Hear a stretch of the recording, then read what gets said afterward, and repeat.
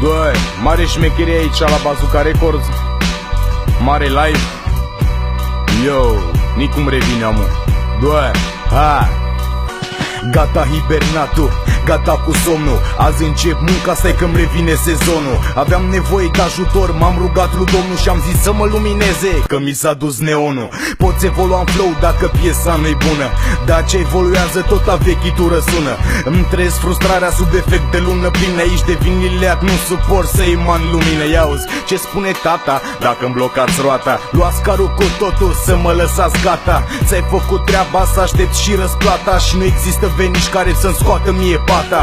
Motoul vieții mele pe conul vezi mort. Până o să-mi ies eu din mână, tot să fie și din cort. Pregătește-te că pun cirea sapător. Dacă nu o servești cum trebuie, te alegi cu frișcă în bot.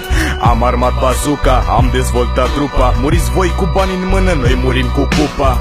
Nu pot să tac mar de pe gât supa. Asta-i pur capul în bacul, nu ne complicăm cu supra. N-am nicio vină, muzica mea e morfină. Și cu cât frei beat-ul mai mult, cu atât iese mai fină. Adoptați noi stiluri, mamă, mă deprimă. Sunteți ca apa și uleiul, nu se prea combină.